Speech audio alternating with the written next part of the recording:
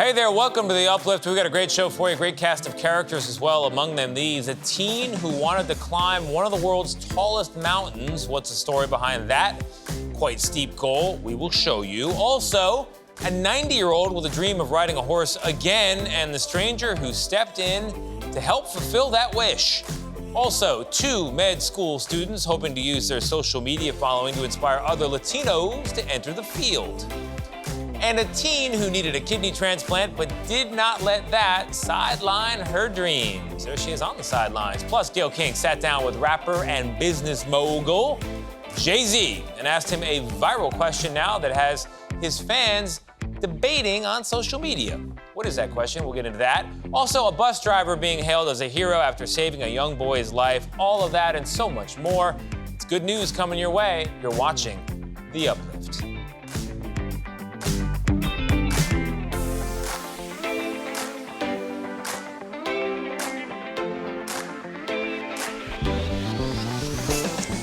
Hey there, I'm Tony DeCopel. This is The Uplift, the show that lifts you up for at least the next 30 minutes, you and me as well. And we're going to begin with a teen who had a very steep goal for summer break. Steep, quite literally, climbing one of the highest mountains in the world.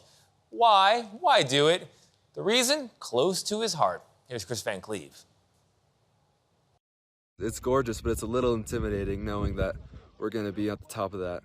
16-year-old Hudson Reynolds had quite the summer adventure, climbing Mount Kilimanjaro, the highest mountain in Africa.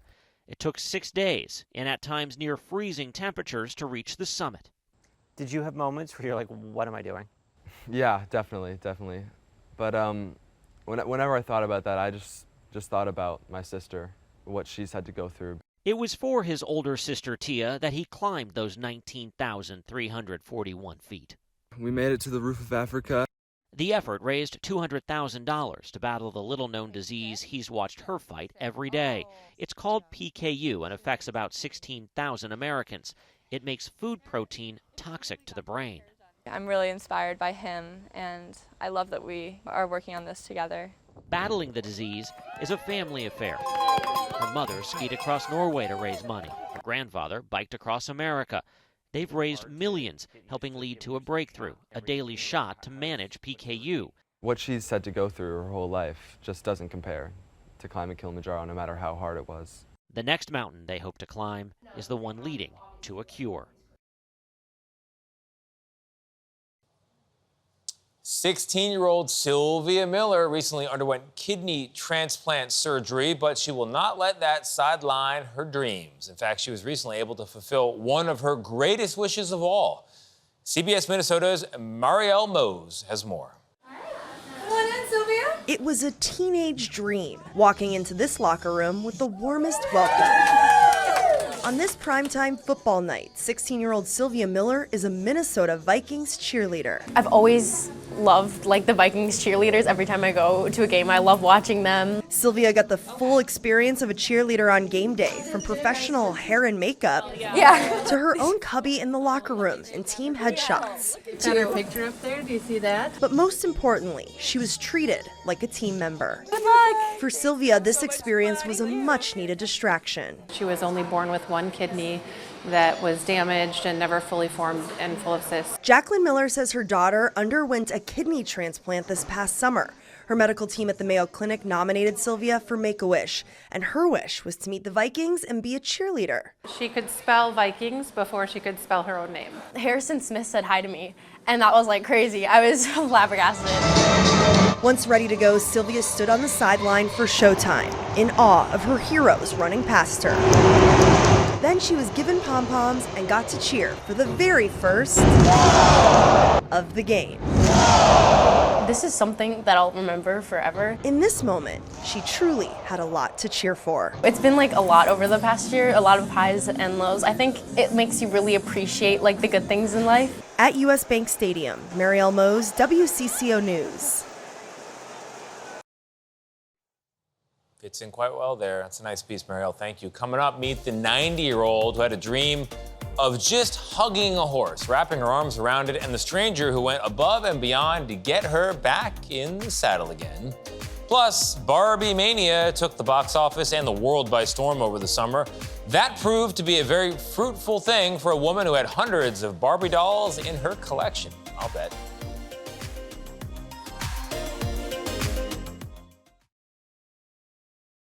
Do your kids think you're cool? Blue, she be fronting on me a little bit, but I catch her.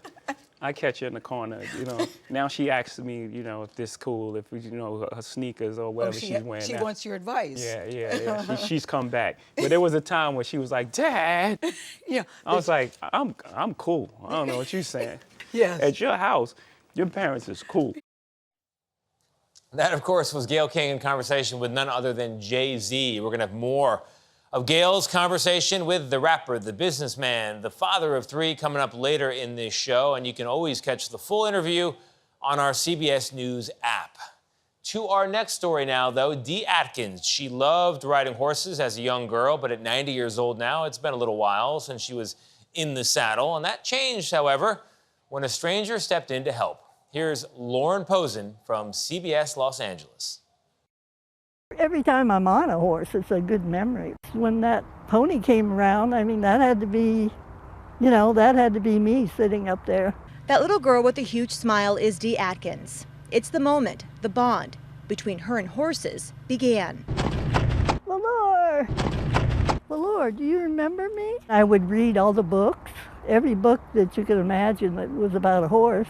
As she got older, the Los Angeles native says she saved up all of her money from babysitting. She used it to go riding. People at the stable would, they got to know me and they would let me use my saddle and my saddle blanket. And they would give me some of their nicer, you know, better horses. I would ride up into the hills of Griffith Park. In the 50s, it was, those were years I was just like riding so much. I was trying to, you know, working on training. I was working on teaching some kids to learn how to ride. And I thought, oh, this is what I'm going to do, but life came along. Nice, beautiful mane. Whoa, that woke you up. The last time Atkins rode was about 25 years ago. Back problems kept her from going back in the saddle.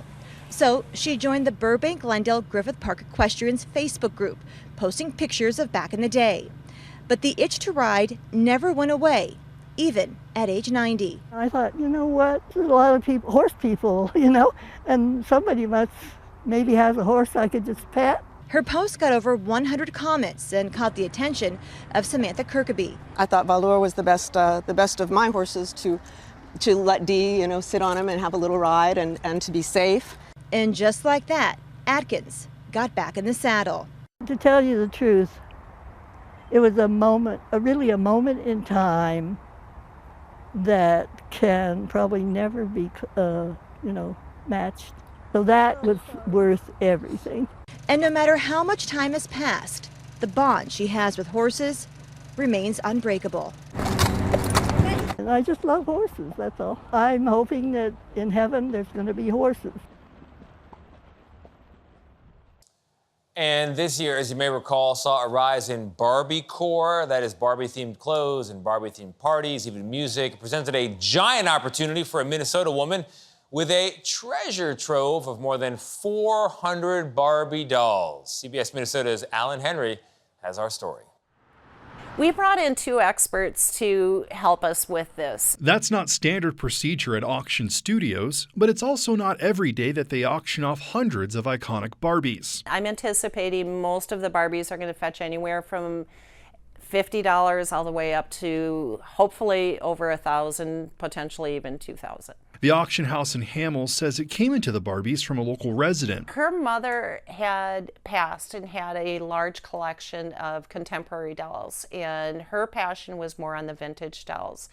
This is only 1/3 roughly of the collection that she had. This time-lapse video shows just some of the more than 400 dolls that went up for bids. I believe the oldest one that we have is going to be from 1961.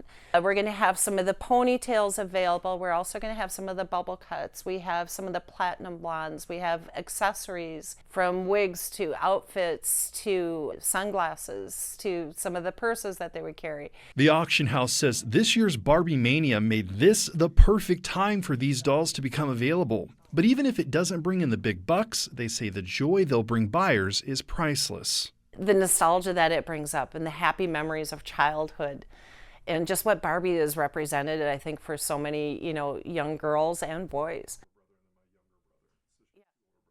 Thank you, Alan. Coming up next, a hero bus driver who found herself in the right place at the right time and as a result saved a student's life. Plus, visit a family-run business that does judge a book by its cover because it's all about making sure books look their absolute best.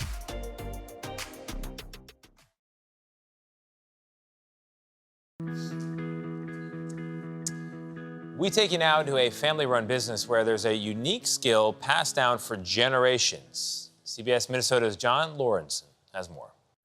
The biggest problems are mold, mildew, water damage, or fire damage. If there's such a thing as a hospital for beat-up books, this would be the place. Campbell Logan Bindery gets novels, Bibles, and family heirlooms sent to them that have been through the ringer and back. If dogs are a man's best friend, they're also the Bindery's best friend. Dog owners are some of our best customers. Does that still hold true? Yeah. Greg Campbell's dad, Alan, started this business, a place where old books get new life and where new books get their binding for the first time. There are very, very few that still do hand binding as we do it here. Everything we do here is hand operated. It's a skill handed down through generations. It's a Smythe machine or a national sewing machine. Greg's son Duncan is a third-generation bookbinder. He uses leather and even cloth from Japan to give printed words a voice. It's been done. Methodic, lots of attention to detail. People walk in saying something like, "Oh, I can't believe people are still doing this," or "I made 4 phone calls and finally found you." Try to match the stamping. The before and after is pretty telling. The Campbells have even repaired books that are 500 years old, and they've done it with machines that you might find in a museum. Some of this equipment is aged but effective. These cast iron book presses are 100 years old. From shearing to sewing to printing, the bindery can restore a wedding album or bind a college thesis. They work with pretty big names too. This is a project they're doing for author Dean Koontz, and occasionally they get some odd requests. We had one guy bind all of his emails one time. He had this big stack of emails he'd been sending back and forth to his girlfriend, and we bound it for him. Why? I don't know. Even with the internet replacing many traditional books, the Campbells have learned that their business is like a story that never ends. Each generation is a new chapter in this unique trade. There still are going to be people who want books. It's fun to see somebody come in, pick up their book, and cry because it's so beautiful now. It was such a mess when they came in. Thank you, John. Okay, a school bus driver now being hailed as a hero after saving a child's life. Olivia Leach of CBS Dallas has that story. On September 29th, bus driver Raquel Radford Baker began her shift just like any other. Miss Rocky, as the kids call her, is serious about safety. They are my babies. She was filling in for another bus driver that day, but as it turns out, she was in the right place at the right time. She was about to drop off students at Seagoville North Elementary School when something went wrong. You can see on this video, 7-year-old Preston Bell puts something in his mouth and immediately drops down between the seats before heading Miss Rocky's way, clearly in distress. He mentioned something about a penny, and I said, "Penny?"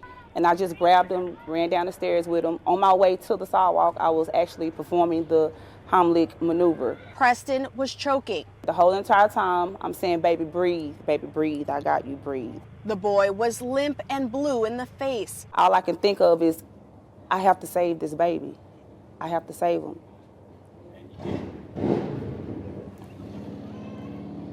Sorry. A veteran, Miss Rocky says she's never performed the Heimlich before, but her training kicked in. I was nervous at the time, but I just couldn't panic. All I said to myself was, God help me.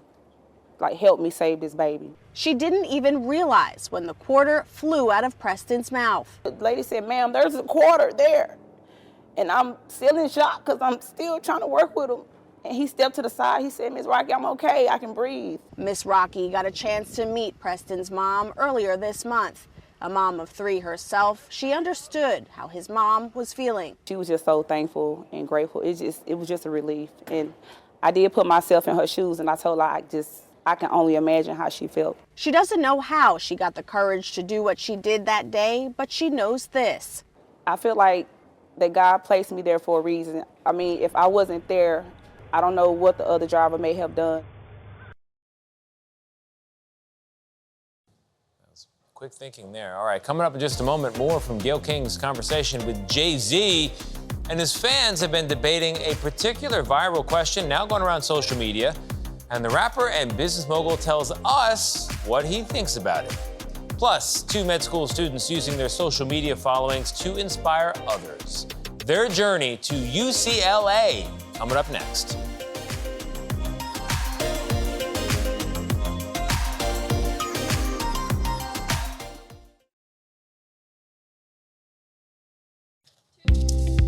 There is a viral debate right now circulating on social media, and it has to do with Jay-Z. During Gayle's sit-down with the rapper, she asked him about the dilemma.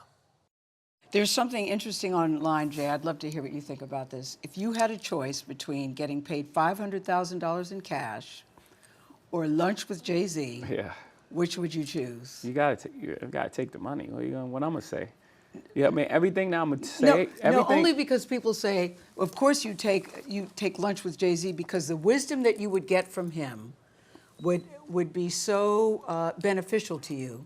There would only be a matter. You would take the money. Yeah, because you got all that in the music for $10.99. That's a bad deal. I wouldn't tell you to cut a bad deal. Like, I don't take know. the $500,000, go buy some albums and listen to the albums. It's all there. If you piece it together and really listen to the music for the words, for what it is, it's all there. Everything that I said was gonna happen, happened. Everything that I said I wanted to do, I've done. And there's the blueprint. The blueprint, literally, to me and my life and my journey is there already. All you got to do is listen. You can catch Gayle's full CBS Mornings interview with Jay-Z on the CBS News app or at cbsnews.com. Time now to introduce you to a pair of UCLA med school students who want to inspire other Latinos to enter the medical field. Here's CBS Los Angeles' Joy Benedict. Soy lo que dejaron, soy toda la sobra de lo que se robaron. It's a message that's become a movement, as Irvin Garcia and Alexis Aleman are hitting the books on social media. So that I can achieve my dream of becoming a doctor. On Instagram, they are the Foos in medicine. In real life, they are third-year med school students at UCLA. And I just started kind of like jokingly like recording him on my own Instagram, and I was like, oh, check out this fool in medicine. Like, look at him, this fool studying, like he's super studious. To show that people like us can be here, you know, like, and if we can, anyone else can. In just more than a year, their page has surpassed 60,000 followers rooting for their success. And people being like, wow, like I've never seen a medical student who's Latino or who looks like me. Like, this is really inspiring to me. It's a story these 2 young men know well. I grew up in South LA, South Central. Aleman has lived in LA his entire life, visiting hospitals frequently because his 2 younger brothers were born with a blood disorder. But it wasn't until a counselor at Cal State Northridge told him he could be pre-med that he realized his own dream. When I was in college, I knew I wanted to be in healthcare somehow. I just never thought I could be a doctor. I never saw a Latino doctor growing up. Garcia barely saw a doctor as a child at all. My parents don't have a primary care provider. Like, I don't think I've ever walked into a clinic to see a doctor with them in my entire life. Garcia is undocumented. His parents brought him to America from Mexico when he was just 2 years old. He spent his childhood working alongside them in agriculture, and when he found out he wasn't a citizen his freshman year in high school, he almost dropped out. Knowing that what being undocumented meant, kind of like shut down my dreams of going to college and everything. Then DACA, the Deferred Action for Childhood Arrivals, was announced, and he started dreaming once again. It gave me hope, and I just came back to school and I tried even harder and like got really good grades. Went to college. From college to medical school, where these two young men realize just how much they have in common. Both are first-generation college grads trying to break into a field reserved for the best of the best. It's a really, really hard path, like even for anyone. At our school, there's like, I don't know, like 17,000 applications for like 175 spots. So it's like really, really, really extremely competitive. But it's not just social media cheering them on. We need more programs to target the Hispanic, especially first-generation Hispanic students, Latino students, to be able to understand how important it is for academic preparation and what classes to take. Dr. Elena Rios is the president of the National Hispanic Medical Association. We don't have very many Hispanic or Spanish-speaking doctors, nurses, dentists. We only have about 5% of Hispanic doctors in the whole country. Which is startling, considering almost 19% of the nation's population identifies as being Hispanic. She says the lack of Latino doctors directly affects the care in the Latino communities. Because they trust them, that they would understand a little bit more about what they're going through, because they come from the same background. Something these two already understand because of what their parents experience. Her telling me, like, you know, it would have meant the world if someone could explain to me what was going on in Spanish. But that's why they are both working so hard now to be an eye surgeon, an ER doctor, and for Garcia, a U.S. citizen.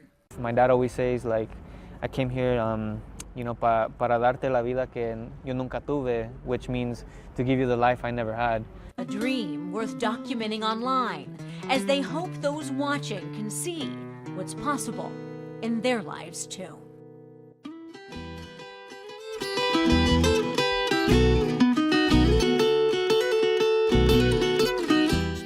A life that fulfills a dream and is also saving lives in the medical field. A very lovely story there. That is our show. I hope it brightened your day and lifted you up.